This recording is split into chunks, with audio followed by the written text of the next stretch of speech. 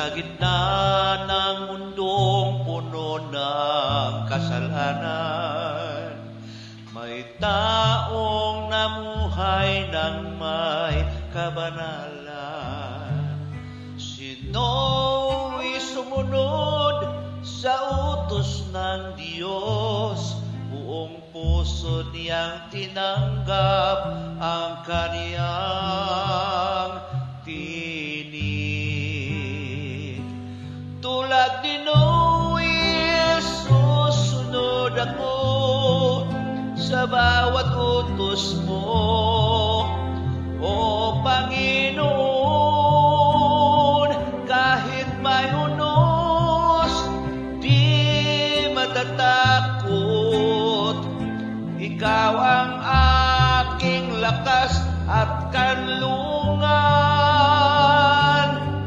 Tulad ni Noe, magtitiwala ko sa pag-ibig mong walang hanggan.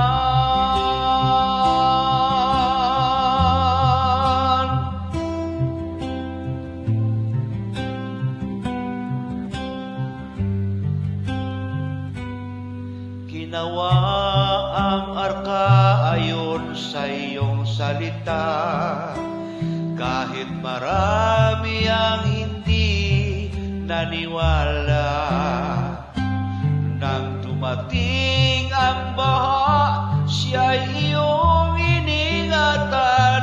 Dahil sa iyo may pag-asa at kaligtasan.